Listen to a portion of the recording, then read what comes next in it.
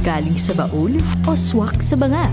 Ano man ang current vibes mo sa literatura, get ready to be seated dahil panitikan time na.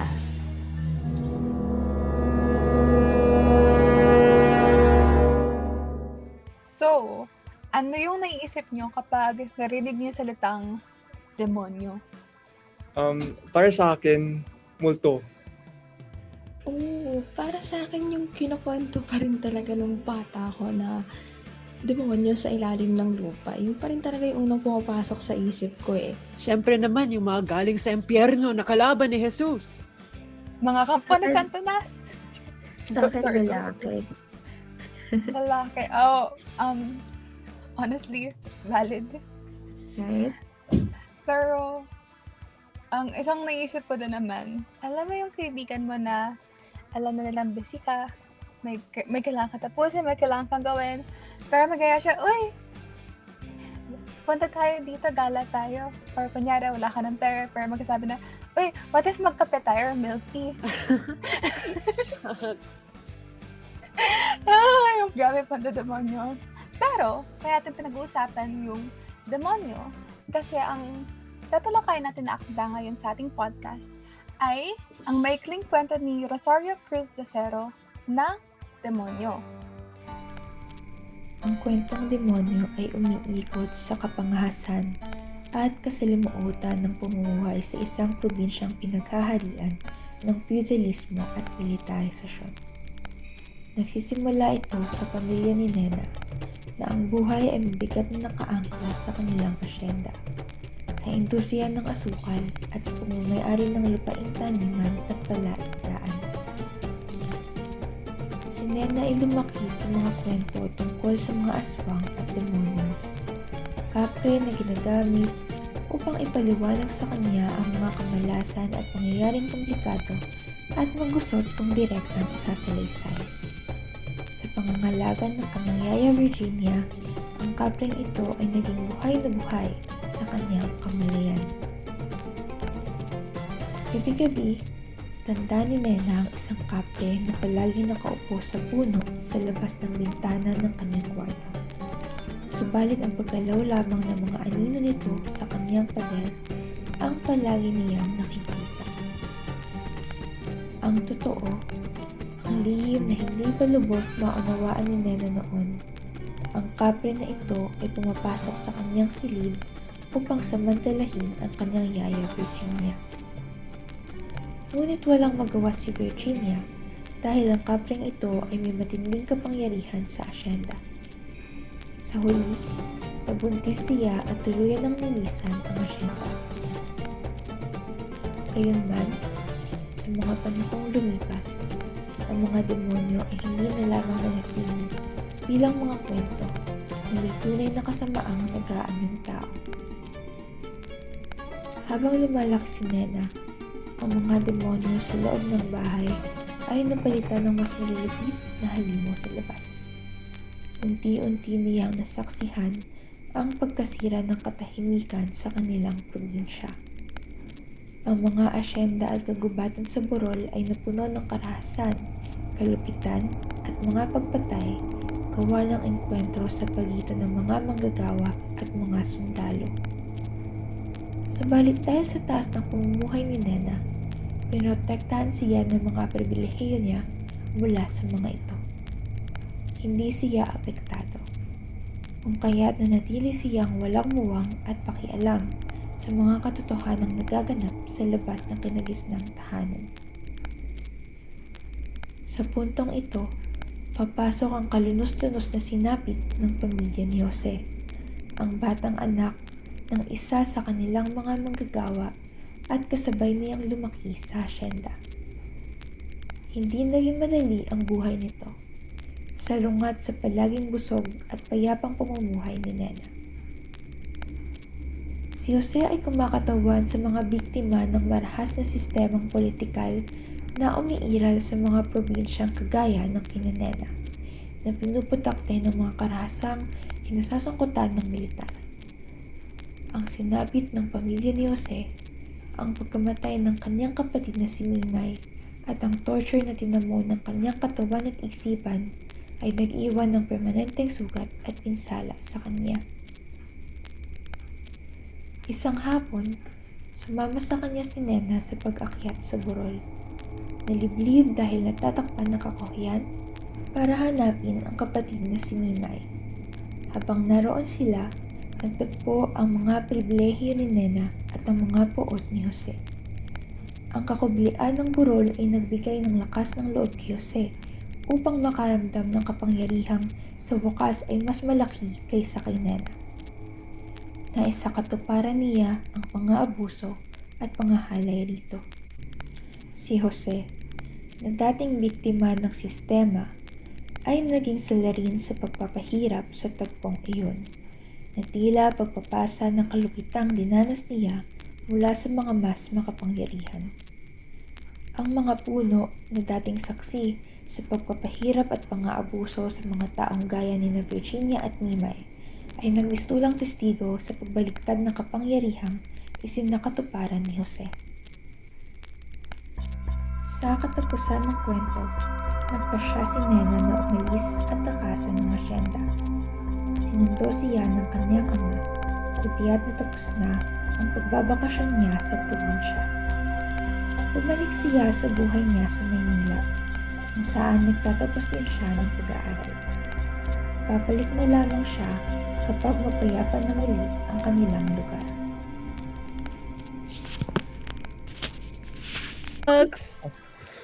Grabe. Ay, para sa akin, ang bigat niya. Grabe, di ko in-expect na ganun demonyo yung nasa akda. Ang dala. Alam mo, nagulat talaga ako dun sa dulong bahagi ng kwento. Parang sa unahan, akala ko may totoong kapre na minumutuan si Nena. Pero tawad lang pala yung kapre, tatay ni Nena, ha? Tapos yung demonyo, pamagat ng akda. Buong kwento kung tinatanong kung sino ba talaga yung demonyo sa kwento. Pero parang wala namang literal na demonyo, di ba? Kundi representasyon lang ito ng mga sistema, mga tao. Shucks, ang dami nating mapag-uusapan dito, guys. Totoo. Kinilabutan nga ako sa representation ng demonyo. Yeah. Di ba? Actually, nung umpisa, hindi talaga ako sure kung sino ba yung parang kapre dun sa kwento. Kasi wala naman binigay na pangalan. Tapos, pero may pagkakarawan kasi na parang may yosi siya na parang matabang tabako.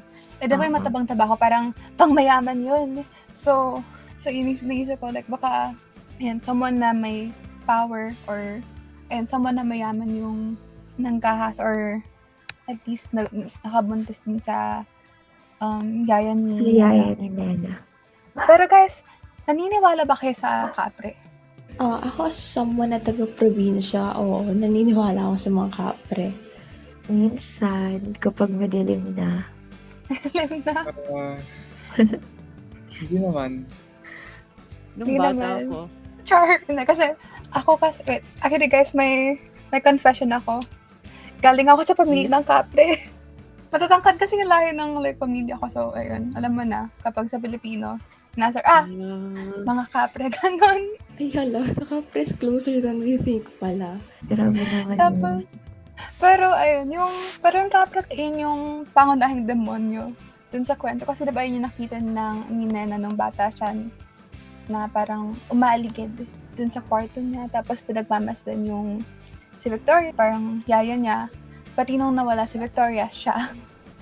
So, para siyang isang presence na parang minumulto yung naratibo na parang nagiging source siya ng takot. Pero, habang binabasa natin yung kwento, nagbabago yung paningin natin sa kapre na hindi lang siya yung icky na sexual na parang pagtingin sa mga babae na hindi rin consensual. Kasi sobrang na-creep out talaga ako sa first part na yun na parang hinihimas si like na gamit yung mata niya like, stop! Please don't. So, pero ayun. Para sa akin, si Jose ay parang kapre dahil pareho silang nagdudulot ng takot at pagdurusa. Ngunit habang ang kapre ay isang nilalang sa alamat, si Jose ay kumakatawan sa tunay na kalupitan at pang-aabuso ng tao. Pero sa tingin ko, hindi man simpleng kalupitan, pati pag-aabuso naman yung ang ginawa ni Jose. Kasi kung mababasa natin yung kwento, parang may rason naman siya na kung bakit parang ganun yung naging reaction niya. Hindi ibig sabihin na parang tama or parang justified or kinakondoon natin yung ginawa ni Jose. Pero ganun kinalaunan, parang yung mga kape or yung mga like engkanto dun sa kwento, parang nag-iba din yung anyo nila or purpose. Kasi yung mga kape, sila din parang like sundalo, nagdudulot ng karahasan dun sa mga magsasaka or mga trabahador dun sa area nila. Parang sa unang bahagi ng kwento, parang may isang kapre lang. Isa lang kapre yung minumultuhan si Nena. Pero tulad ng sinabi mo, habang nagpo-progress yung kwento, parang dumadami yung kapre. Suddenly yung mga sundalo, kapre sila. Tapos sa dulo, buong sistema na yung kapre, ganun. So parang nag-multiply, kumbaga, yung mga kapre sa kwento. Ayun. Sabi nga ni Scarlett na hindi lang iisa yung kapre sa kwento natin. Okay, buong sistema nga na parang may sinasimbola sila na tipo ng oppression na nakikita natin sa kanayunan. Oo, Nix, super gets. Saka, siguro, sa ibang pagtingin, pwede rin natin siyang tignan na yung militarisasyon ay isang forma o isang ibang mukha pa ng kapre o ng demonyo dito sa akda, no? Na, alam mo yun, pinangalanan lang siya sa akda bilang yung bilog na apoy. Sa amin, San Telmo yung tawag namin dun eh. So, basically, parang hindi talaga siya literally na nilahad ng akda na may militarisasyon sa lugar. Hindi sinabi na, militarize yung lugar. Basta nilarawan lang siya na may bilog na apoy na gumagala dun sa lugar nila. And parang ikaw bilang mambabasa, gigets mo na, pwede natin itong tignan bilang militarisasyon at sa lugar na gaya ng Negros, na merong mga Panginoong may lupa. Parang makikita mo nga talaga na ang nire-represent ng San Telmo na yung bilog na apoy ay militarisasyon, ano? Tapos itong militarisasyon na to na pwede nating tingnan as kapre din o demonyo rin sa akda, no? Pinapalakas niya palalo yung iba pang mga puwersa o demonyo rin na masasabi natin na talagang lalong pahirap sa mga kagaya ni Jose at ng pamilya niya. Yung militarisasyon, isa lang yan layer sa oppression na nararanasan ng mga tao doon sa ating kwento. So, ayun. Pero yung militarisasyon naman, parang hindi naman sila, nagdudulot siya ng karahasan, ng kamatayan. Pero hindi naman siya yung nagdudulot ng kahirapan. Ang pwede natin masisi doon ay yung feudalismo din na nakikita natin sa kwento. Na parang nire-representa ng pamilya ni Nena, no? Yung pamilya Montilla. Yes. May kita ang feudalismo sa demonyo dahil ang mga mahirap na tauhan ay may limitadong kapangyarihan at patuloy na umaasa sa mga mas mayaman at kapangyarihan. Katulad ito ng sitwasyon sa Hacienda Luisita kung saan maraming magsasaka ang matagal na nagtrabaho sa lupa, ngunit hindi nila ito pagmamay-ari. Sa parehong kaso, ang mga mahirap ang gumagawa ng mabibigat na trabaho, ngunit sila rin ang patuloy na naghihirap. At dahil nga dito sa pagkakaroon ng militarisasyon at feudalismo, nagkakaroon ng hindi pagkakapantay-pantay sa turing sa mga tao. At dahil dito, naging mas obvious o mas kita natin yung pagkakaiba sa power dynamics sa pagitan ng mga tauhan sa kwento, lalo na ni Nena at Jose. Umpisa, yung pagkita natin na si Nena ay hindi masyadong apektado ng naging kaguluhan nila sa probinsya, na nagdulot ng kawalan niya ng pakialam dito. Tapos, meron din siya, dahil dito sa mga pribilehiyo na meron siya, dahil nga sila yung may-ari ng hacienda, ay kaya niyang takasan yung gulo na nangyari sa Negros. Katulad nun, sa Maynila siya nag-aral, tapos bumabalik lang siya sa probinsya kapag nagbabakasyon siya, ganun. Tapos makikita rin natin siguro yun sa umpisa ng kwento, yung power dynamics sa pagitan ni Virginia tsaka ng tatay ni Nena na si Mr. Montilla.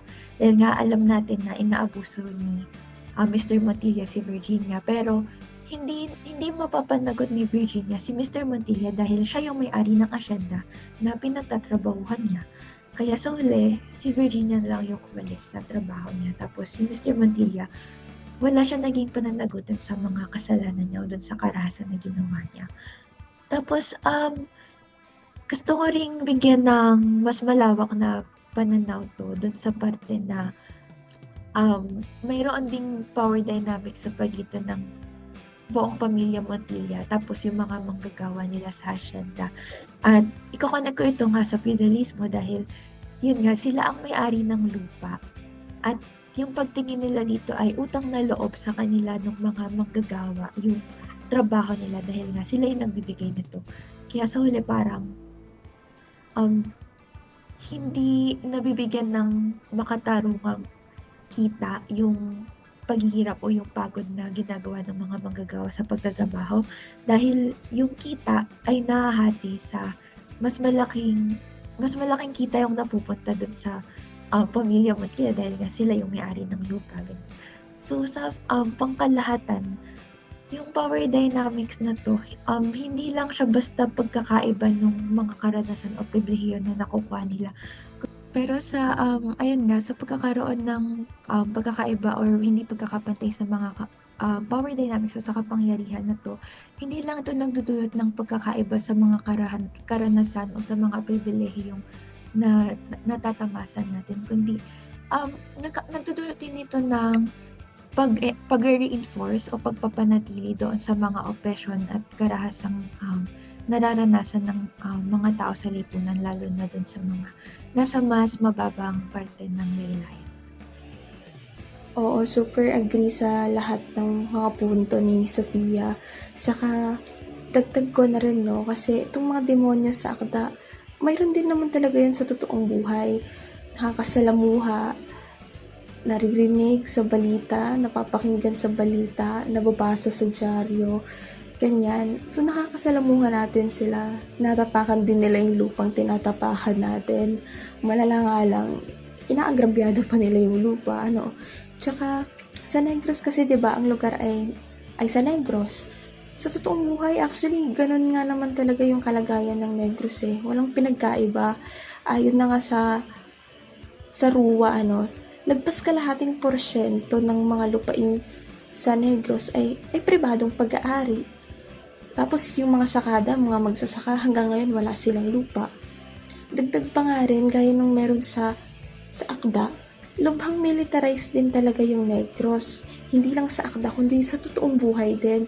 Kamakailan nga lang din lumikas at na-displace ang halos 700 na residente sa barangay Salamanca at dahil yun sa militarisasyon. So ayun nga, no, kitang-kita talaga yung control sa kapangyarihan at kung gaano to kasahol na siyang nagagamit pa nga para kitilin ang buhay ng tao. Parang sa nangyari na lang sa Tuposo 19, ano, na ganun ang sagot nila kapag nauunawaan ng tao yung kabulukan ng hindi pantay na sistema, ng marahas na sistema. Ang sagot ulit nila ay karahasan. So, makita natin kung gaano lang siya kabulok talaga at kung paano dapat mabago yung ganong pagtingin o yung ganong umiiral na sistema sa lipunan natin.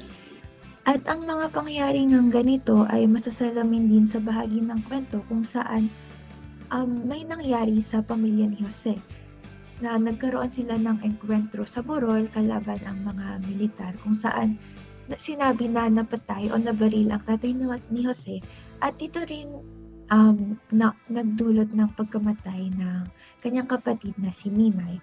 At dahil sa karanasang ito, nagkaroon ng matinding trauma o masamang memorya si Jose tungkol sa mga pangyayari at nagbigay ito ng negatibong pakiramdam sa kanya katulad ng poot na nararamdaman niya kay Nena na simbolo nga nung kapangyarihang mas higit sa kanila ng kanyang pamilya na maaaring o implikasyon ng kwento na nagiging sanhi nga nung hindi magandang trato sa mga manggagawa. Actually, sobrang nakakalungkot yung nangyari dun kina Jose pati kay Nena. Yung, ayan nga, yung parte na narinig natin sa board na may panggagahasa. Kasi ako, I was rooting for Jose. Like, Talaga? Parang sa akin, medyo natatakot ako. Pero, yeah, nag-root ka kay Jose?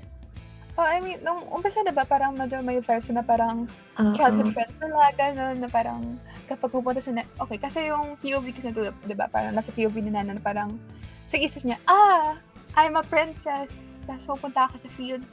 Binibisita ko yung mga citizens namin, gano'n. Tapos, parang kilala niya si Jose mula pagkabata kasi siya yung anak ng katiwala nung mga magulang niya, diba? So, parang retainer. Kung titignan natin sa parang medieval na terms or alalay or ayun nga, parang so parang medyo may relationship yung pamilya nila na parang tapos nung nangyari diba nung nagtago si Jose dun sa parang storage sa Bodega. Yeah. bodega, yes. Dun sa bodega, yes. Na parang sina na diba parang ang sabi ng parang mga katulong nila dun sa bahay na wag mo na pakinggan para like hindi parang wala siyang lakas lumaban. Pero si Nana parang binibigyan niya pa ng food. Si Jose na siguro mula sa POV ni Nena na ang bait ko, like hindi ko siya hinahayaang parang maggutom ganun. Pero ang ginagawa niya naman para ibigay yung food, parang alam mo parang nagpapakain ka ng alaga ganun. Nakaka-dehumanize siya.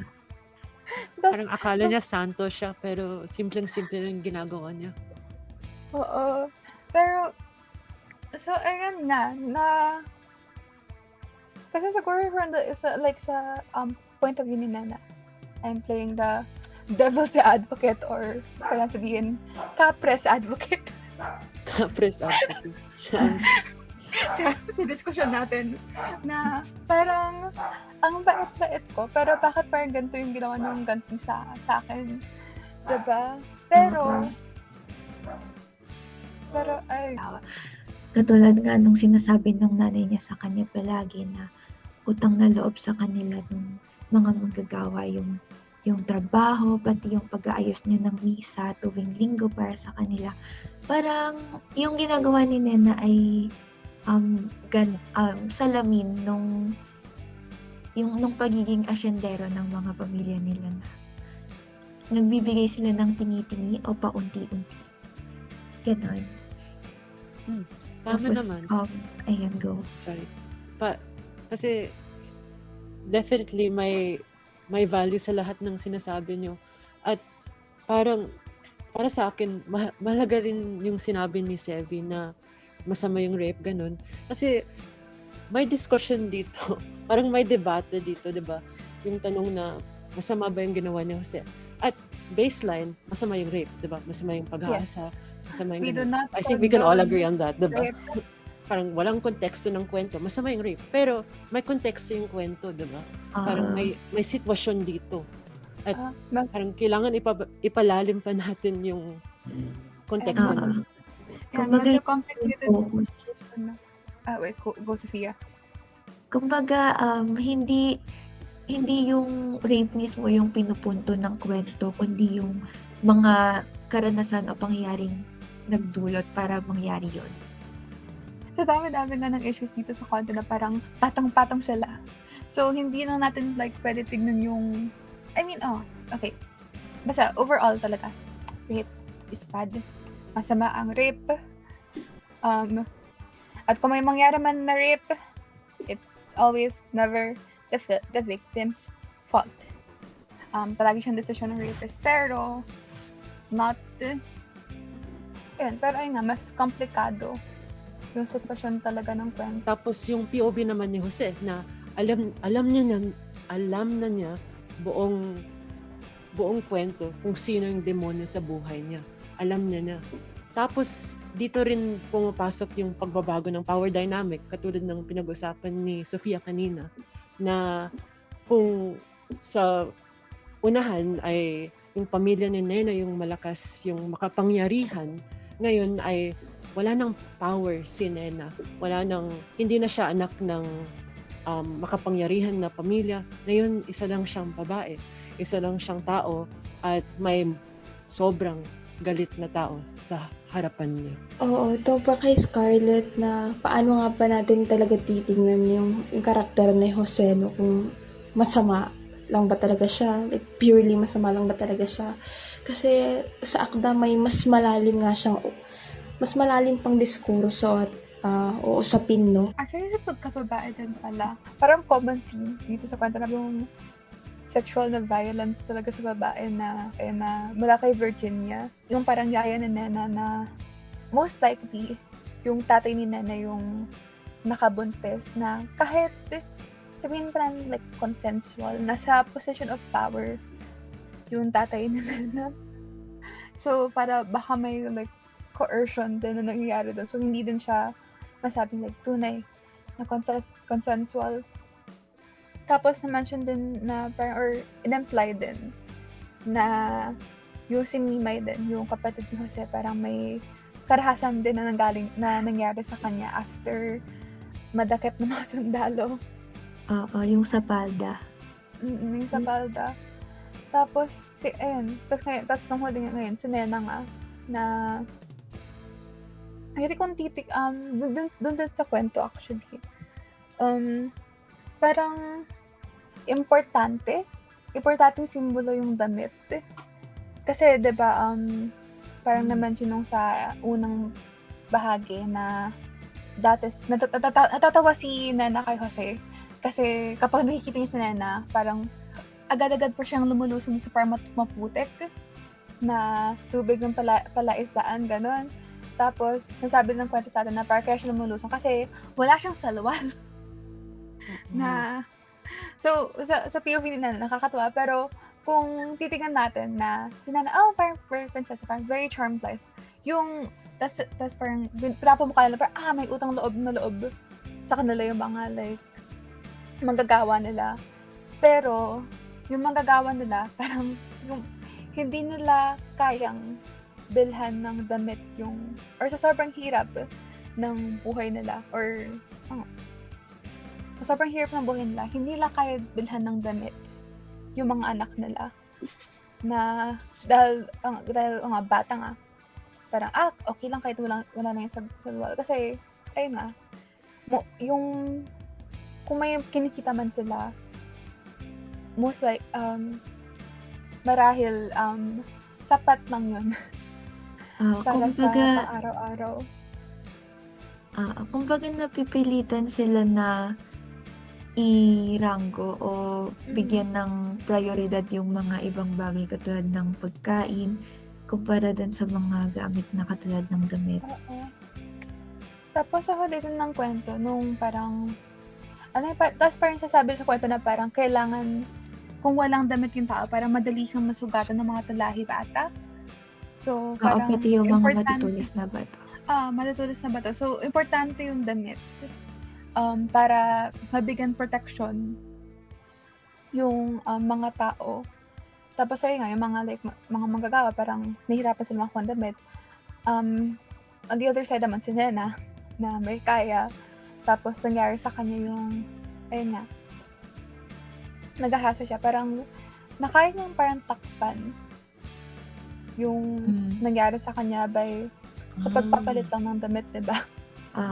So, parang, ayun nga, so parang pinapakita niya parang like kahit may mangyari man sa kanya, parang may needs siya to parang bounce back, ganun.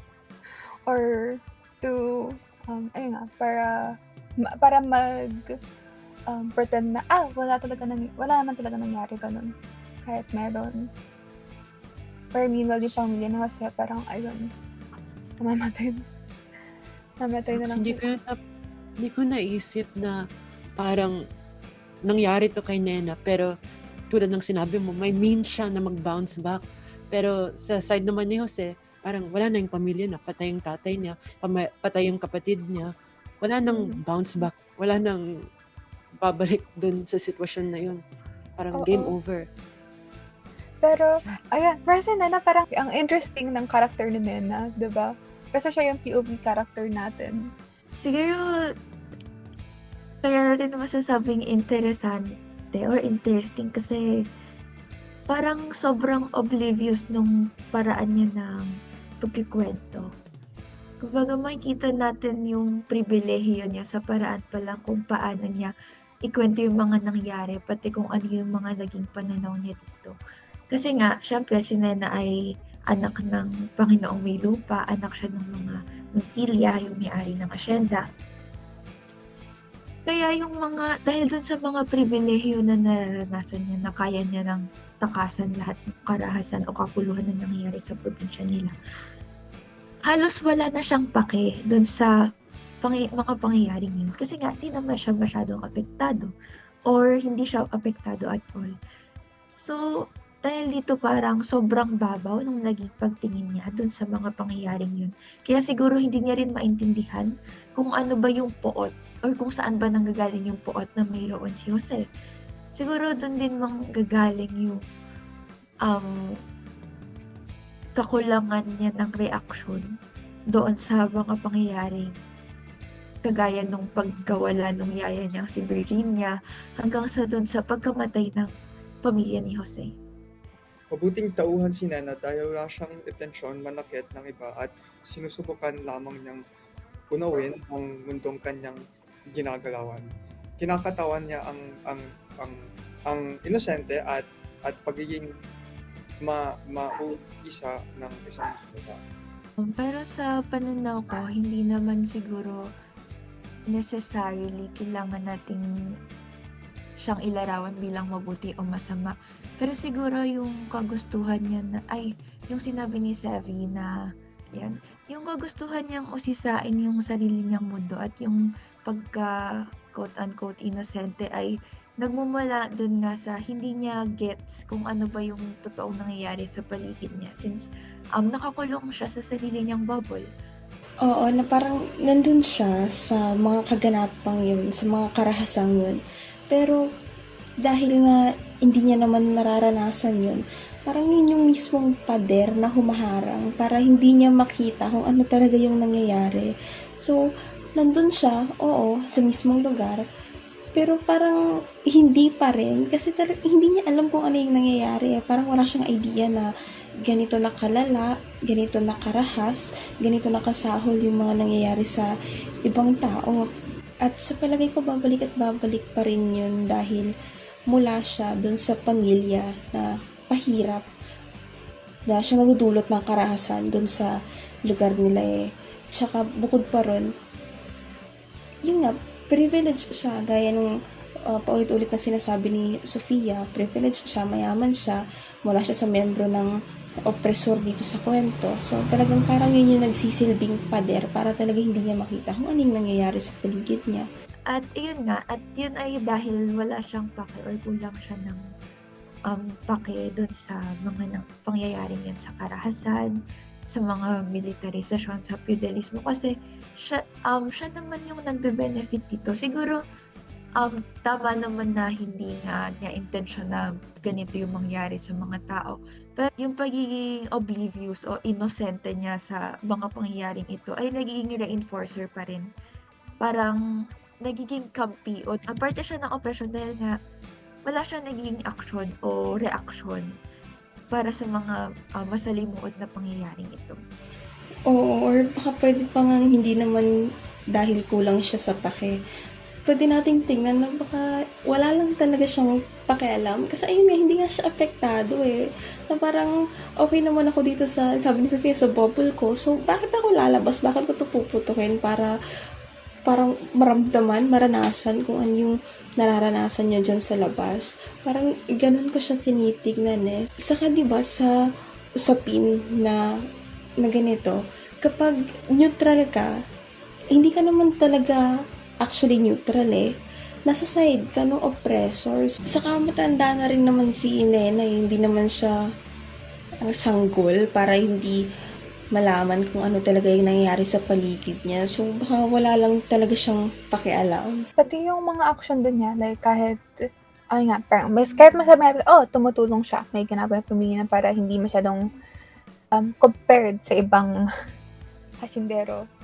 Medyo mas maayos yung kalagayan ng mga manggagawa nila. Pero, sa huli, wala pa rin yung mga action niya. Wala siyang madudulot na systematikong pagbabago. Oo, kumbaga Dahil- parang pansamantala lang lahat. Pansamantala lang, parang band-aid solutions lang. Oo. Tapos, parang pinag-usapan natin na inosente siya dahil hindi niya alam yung nangyayari sa labas. At parang may salita dyan, may salita sa English. I think bystander effect yung salita dyan. Kung saan parang nanonood lang siya, tambay-tambay lang, ganun. Pero wala talagang epekto. At para sa akin, parang may connection to sa totoong buhay. May mga sitwasyon sa totoong buhay na nagsisilbing mirror ng kwentong ito. Hindi naman diretsong mirror, pero sobrang, kung tutuusin, sobrang similar. So, tumingin tayo sa ilang mga halimbawa na na-research ko sa totoong buhay na parang nagiging marahas ang mga individual. Marahas quote-unquote laban sa sistemang nang-aapi sa kanila, katulad ng kwento. Una, noong 2025, yung sitwasyon kina Diskaya, may nangyaring protesta sa labas ng St. Gerard Construction. Tungkol ito sa maling paggamit ng pondo at sa mga anomalous flood control projects. Alam na natin itong lahat. At yung mga protesters, nagtapon sila ng putik sa gate ng compound ng St. Gerard. At sa mata naman ng batas, parang krimen to, di ba? Krimen naman yung vandalism, krimen yung pagprotesta ng walang permit. Ngunit kung titingnan natin, may katotohanan sa sinasabi nila. Napakaraming pondo ang nawala sa mga walang silbing ghost project na ito. Binabaha pa rin yung nasyon at walang depensang inilikha, walang control, kahit ang laki ng budget. At sa kumpanya naman, kung simpleng vandalism o damage lang sa kanyang property ang nararanasan nila, sa mga mamamayan, nawawalan sila ng bahay, nawawalan ng buhay. Oo, parang ito na lang, yung balita lang recently regarding kay Jinggoy Estrada, na sabi ni Remulla, bibigyan daw siya ng options sa kung ano yung pwede niyang gawin regarding dun sa kaso niya, na parang ang kupal naman, yung mga mahihirap bang hinuhuli nyo, bigla-bigla nyo na lang pinupulot. Nabigyan ba sila ng options? Di ba hindi naman? So parang mahigit na talaga natin dito na sino or kanino kumakampi yung batas or yung mga nasa kapangyarihan, at napaka-abusado lang niya.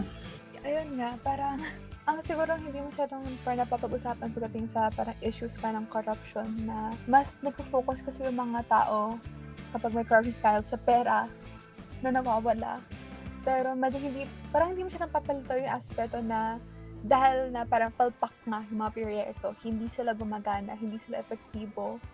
At ayun nga, parang hindi masyadong parang naiisip yung dimension na parang may buhay na nawawala, may namamatay sa corruption, kaya yung corruption, pumapatay siya. Tama. At parang alam kong may sinabi yung isang protester doon. Sinabi na mas salaula yung ginawang pagnanakaw sa mga mamamayan. At hindi lang siya simpleng pagnanakaw, kundi pagpatay. Oo. Tapos dahil nabanggit niyong batas kanina, yung tinitignan yung pagpoprotesta pati yung vandalism bilang krimen. Pero pagdating dito sa mga kaso ng korupsyon, sobrang tagal bago iproseso. At yung mga tao sa likod nito, mas may protection pa sila kumpara dun sa mga taong nagprotesta. Kapag yung mga taong nagprotesta, dinadakip agad. Pero yung mga taong nasa likod ng corruption, dadaan pa yan sa maraming pagdinig bago sila tuluyang ikulong, bago sila tuluyang bigyan ng kaso. At nasasalamin dito sa kwento nga, gaya ng nabanggit kanina na nagkaroon agad ng patayan sa pagitan ng mga manggagawa at ng militar. Pero yung sa mga krimen o sa panghaharas na ginawa ng mga kapangyarihan katulad ng tatay ni Nena, hindi siya napanagot kasi nga makapangyarihan siya. Siya yung may-ari ng hasyenda. At dito makikita natin yung kawalan talaga ng equality sa sistema natin sa bansang ito. Pati na sa sistema ng hustisya. Oo, Ayan. parang kawalan ng due process. Kumbaga, kung Oo. makapangyarihan yung nagkasala, may buong proseso, may pumupunta sa korte. Pero kung yung masa nagkakamali, parang biglang vandalism na yan, diretsong vandalism. Nagpo-protest na walang permit. Hindi naman kailangan ng case. Parang alam na Well, nila. hindi lang vandalism actually. Kasi, di ba parang kapag yung mga protesters or mga protesta, parang kapag gumagamit na sila agad ng dahas, parang ang bilis bigyan ng label ng estado Oo, na, oo. mga Oo. terorista, mga Oo. terorista, Red tag Ah, agad. na-red agad, diba? So parang, ang bilis, so parang sa nga parang lumalabas na parang, ayun, na kapag may dahas, parang ang bilis natin magbigay ng label agad sa mga protesters na Mm. mga terorista yan, parang magdudulot yan ng pahamak, ganon, na dapat Demonyo yan. yeah, demonyo yan. Doctor title.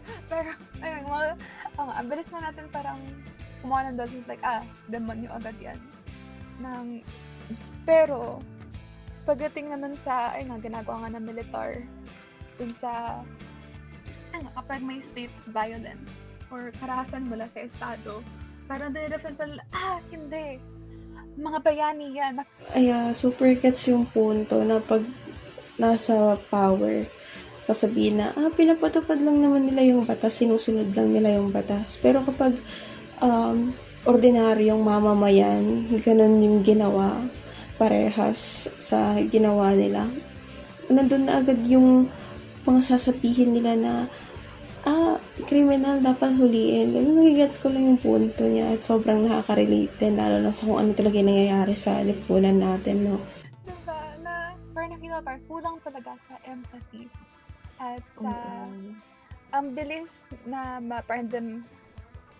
ang bilis ma-dehumanize ng mga like, tao kapag sila yung lumalaban, kapag sila yung ayun, parang nag-respond sila sa pag-ati. Parang, dun nasa kwento mismo na parang, Oo, na parang papasok mo lang dito na mapapaisip ka kung marahas nga ba talaga ang sagot ng tao.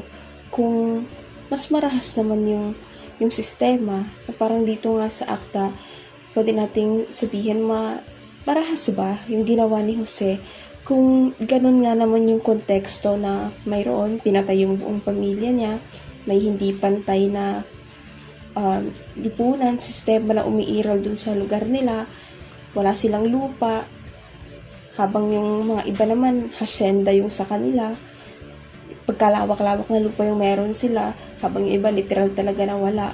Tapos nandun pa yung militarisasyon na kung saan nandun yung mga militar, yung mga bala, bigla-bigla na lang umuulan sa lugar nila. So parang mapapasabi ka na lang talaga na paano natin siya titignan na marahas. Sumasagot lang yung tao sa marahas o mas marahas pa nga talagang sistema na nararanasan niya, na umiiral dun sa lugar din na ginagalawan niya. Oo, nagiging numero na lang sila imbes na mga individual na tao. or ayun nga, or tulad sabi ng trolls, naging corned beef. Oo. I hate Grabe that so yun. much. Actually, pwede rin natin siyang tignan na kasi ito ay isa sa mga epekto ng nakaraang administrasyon na talagang sobrang naging normal yung pagpatay Yun nga, dehumanization, na parang hindi na talaga tao yung tingin sa tao, na walang halaga yung buhay niya, kung papatayin siya, papatayin siya.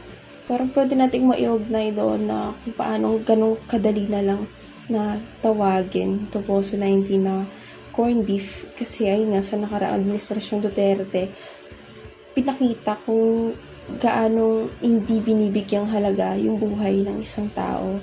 Related dun sa sinabi ni Kyla, parang ang bilis ma-dismiss ng mga protesters ngayon. At nakikita to sa protesta na nangyari sa Petron. Alam niyo yun? Yung mga, I believe, galing sa grupo na Piston. At nag-protest sila sa labas ng Petron. Nagtapon ng clay at sinulatan ng mga posters nila. Tapos pagdating sa media, yung reaction ng mga tao, parang tinatanong nila kung bakit pa nagpo-protest? Bakit ganun? Hindi naman kailangan. Tapos, ang bilis naman ma-dismiss. Yun nga parang, kasi ang parang power para sa mga tao ay, yun nga, parang pera, at yung tao na meron ng pera, yan yung tao na lahat parang bow down to, so from there parang yung concept ng rich getting richer at yung poor getting poor ay talaga can be seen, kasi yun nga parang if you're in the spectrum of being poor, edi mas mahirap ka kasi parang characters like parang si Nena at si Virginia parang limited opportunities. Kasi yun nga, kasi parang sa mundo nito, parang ang status mo ay mahalaga para just to get opportunities. Parang kaya with the corned beef, parang people are making fun of it kasi I guess parang they don't know how to put themselves in their shoes. Kasi there's just a big divide nga talaga. It's parang different realities na. Iba-iba ng danas. And parang different perspectives also. I think ayun, like around parang different perspectives. Anyway, Yes. Speaking of different perspectives, actually, ginawang segue. Alam niyo naman yung protesta nangyari noong Setyembre 2025, yung sa may EDSA at sa may Syempre. Luneta at Mendiola. Nandun Oo. ako. Nandun ka? Nasaan ka? Nandun ako. Actually, nahabutan ko yung nagbatuhan na ng like bomba actually. Tapos, Paggabi na yun. paggabi na yun, kasi Oo. nung pagkatapos na mag-march like from Luneta hanggang Mendiola, papasya kami ng parang kumakasama kong like, kung habol kami sa EDSA, yung protest doon. Tapos, habang nag-usap kami, like bigla lang may parang nambabato ng parang bote, ng parang empty water, empty plastic bottles like. Kasi dun sa police, so parang medyo hard, a bit like vandalism, ganun. Pero, ayun. Pero kasi, ayun. So, parang medyo at first, okay, bato na, parang like, worrying, pero hindi. Pero alam mo, later on, bigla nang may tumatakbo dun sa kalsada na may hawak na smoke bomb. So, yung mga kasama ko, like, takbo kami. Anong hawak niya? Smoke bomb. Smoke May bomb? As in, kitang-kita mo talaga yung uso. Yes, nandun din ako. Dispersal na lang yun eh.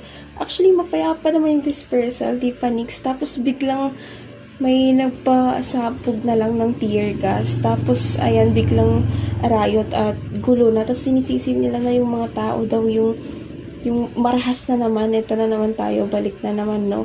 Pero kasi, dispersal na yun. Tapos biglang may nagpuputok na lang ng tear gas. So, ititignan na lang na naman natin na yung sinasabi yung marahas yung mga tao, yung sagot nila dun sa pagsabog ng tear gas. Ano mo na yung dahilan sa likod nito? Kasi may biglang ang sumabog na tear gas eh. So, ano lang gagawin ng tao? Tititigan yun, di ba? Pero yun nga, parang delikado kasi if you're not parang unlike the rich side, parang you can always be blamed, diba? Or Oo. Ayun. Pwede ka tumakas sa ibang bansa. If kung ikaw ang Mm.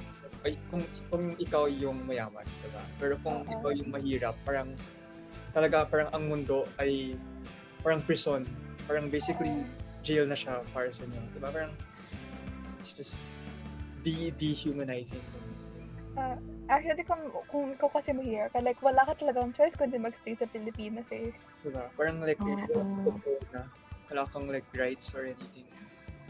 Yan yung dangers, I guess, ng parang corruption talaga. Parang magiging dystopia na. Oo, saka Control. sa mga sitwasyon na ganito, parang kapag nasa posisyon, mga opisyal yung gumawa ng katulad nun yung paghahagis ng smoke bomb, pambobomba ng tubig, parang yung mga tao ninonormalisan na lang nila yung mga ganong pangyayari. Pero kapag normal na sibilyan, mga tao yung nagbigay ng parehong energy, yung gumante, Yeah. na nagbigay ng parehong karahasan o quote-unquote karahasan. O yun, nagbigay ng ganong same na gawain. Parang biglang criminal na agad. Parang tinatawag na, nilalabel na agad na krimen na agad yung ginagawa, masama na, biglang masama na. Parang, bakit?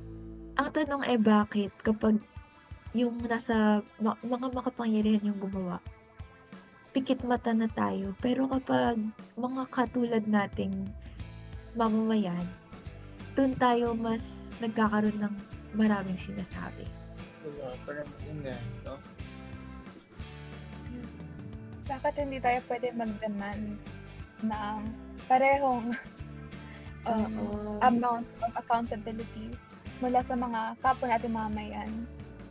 Hindi yan. Actually, mali pa kasi kapwa mamamayan naman natin sila. Pero yung kapwa natin, karaniwang tao na lumalaban kaysa dun sa mga mayaman na parang nakikibilig lang na, ganyan talaga yung sistema. Anong magagawa natin, di ba? Diba? Parang yung mayaman ay yung sistema. Parang sila yung may sabi lagi, sila yung diktad ng parang narrative, sila yung news. Diba? Parang Yeah. Yeah. Yung Yung sistema. mga tao, parang tinulak na sila sa breaking point. So, parang self-explanatory na yung nangyari. At actually, speaking of mayayaman, ginawa uling segue. Alam niyo yung sitwasyon dun sa may US, yung sa, alam kong United Healthcare CEO nila. Yes. Oo, parang alam na natin yun, no? So, sa mga hindi alam, may isang CEO ng health insurance company sa US na binaril. At syempre, alam na natin na masama yung pagpatay. yes. Ngunit, nakatanggap ng napakaraming suporta mula sa masang individual na bumatay sa CEO. Kasi parang may parang like rason diba? At least may parang rason. Pero masama pa rin. Pero may reason siya kung bakit. Diba? Parang malamang siya rin o mga alam niya ay naging biktima o kaya't may galit sa sirang healthcare system ng Amerika. At parang mga issue na ito, hindi lang sa Pilipinas nangyayari. Kahit sa Amerika may nagre-rebelde sa mga sa sistemang sira, di ba? At hindi na bibilang ang mga mamamayang nagdusa dahil sa mahigpit na patakaran ng mga kumpanya na to. Kaya naman, pinuri yung taga-baril. Ganun.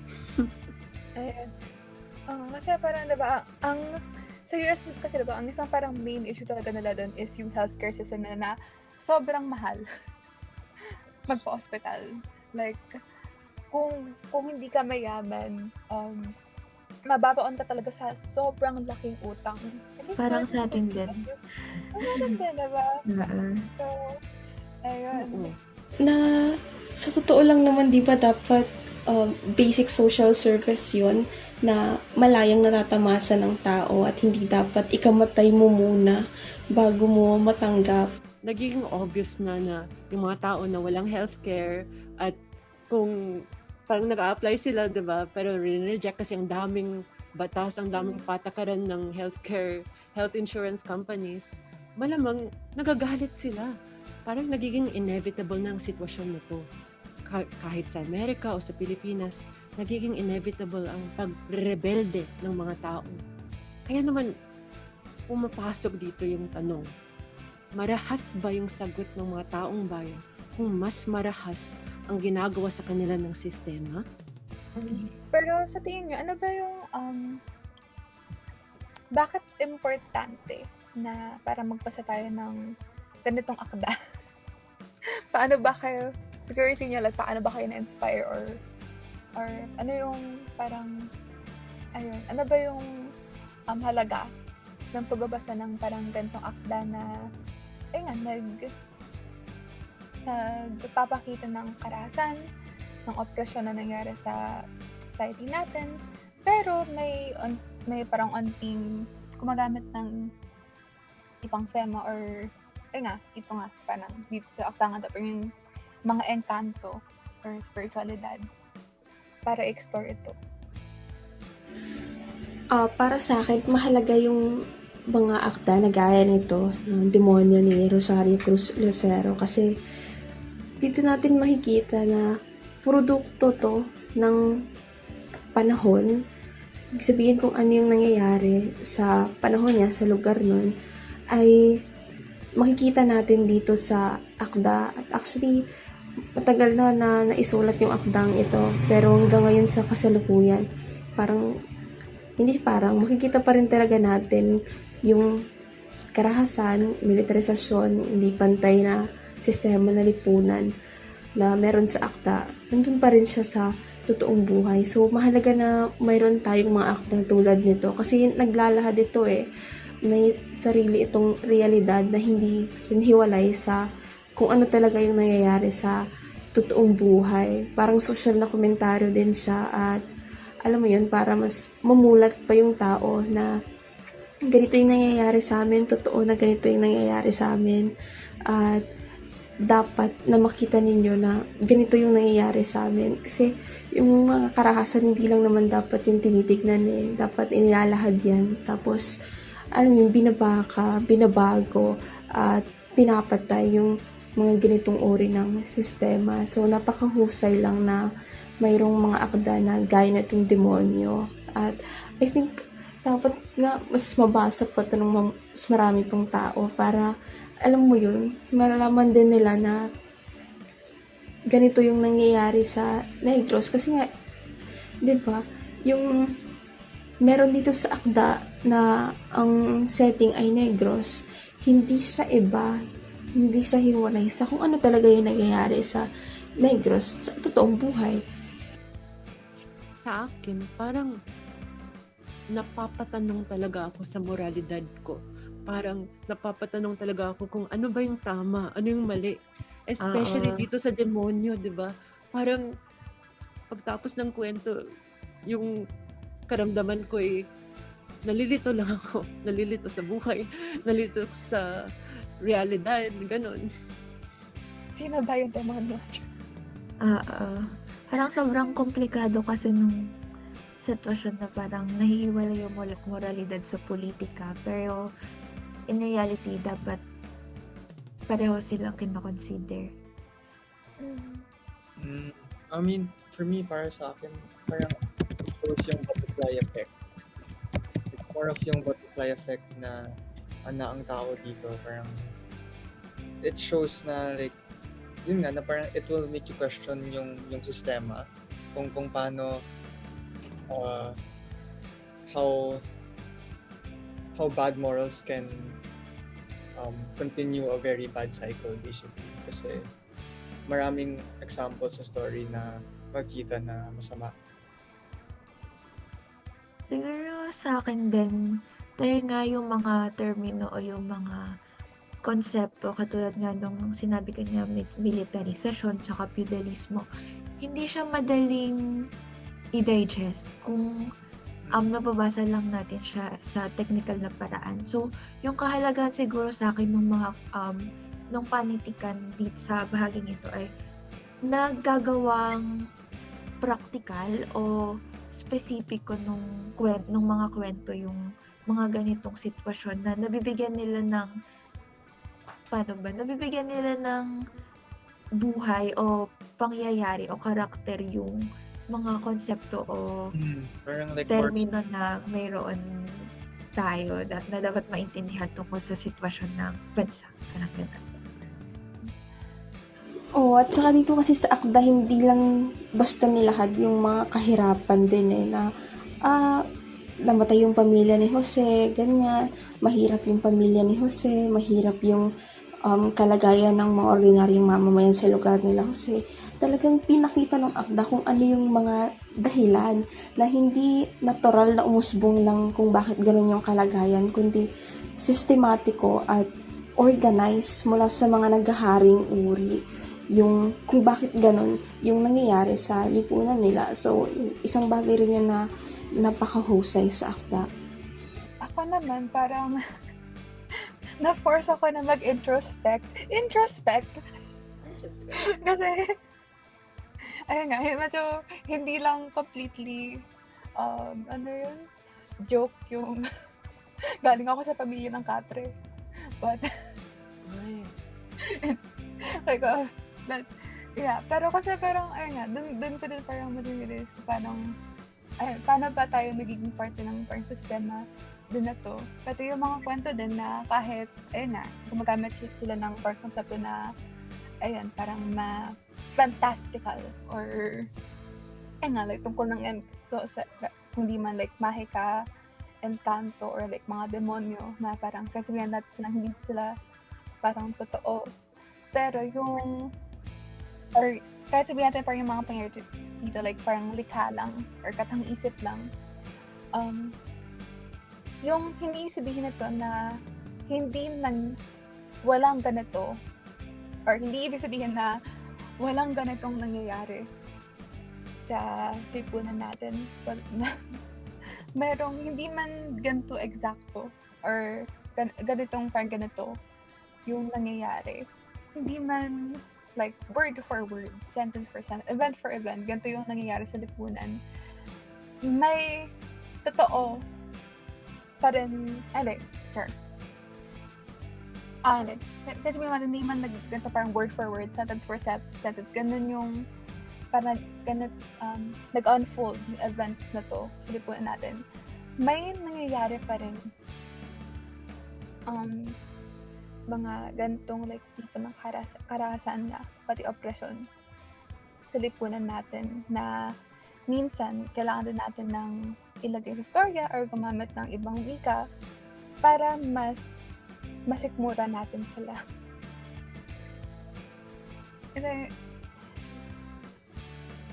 and ayun nga, para sa akin din, lahat ng ang magandang storya yung may laman na katotohanan. Hindi man siya masyadong kita sa umpisa.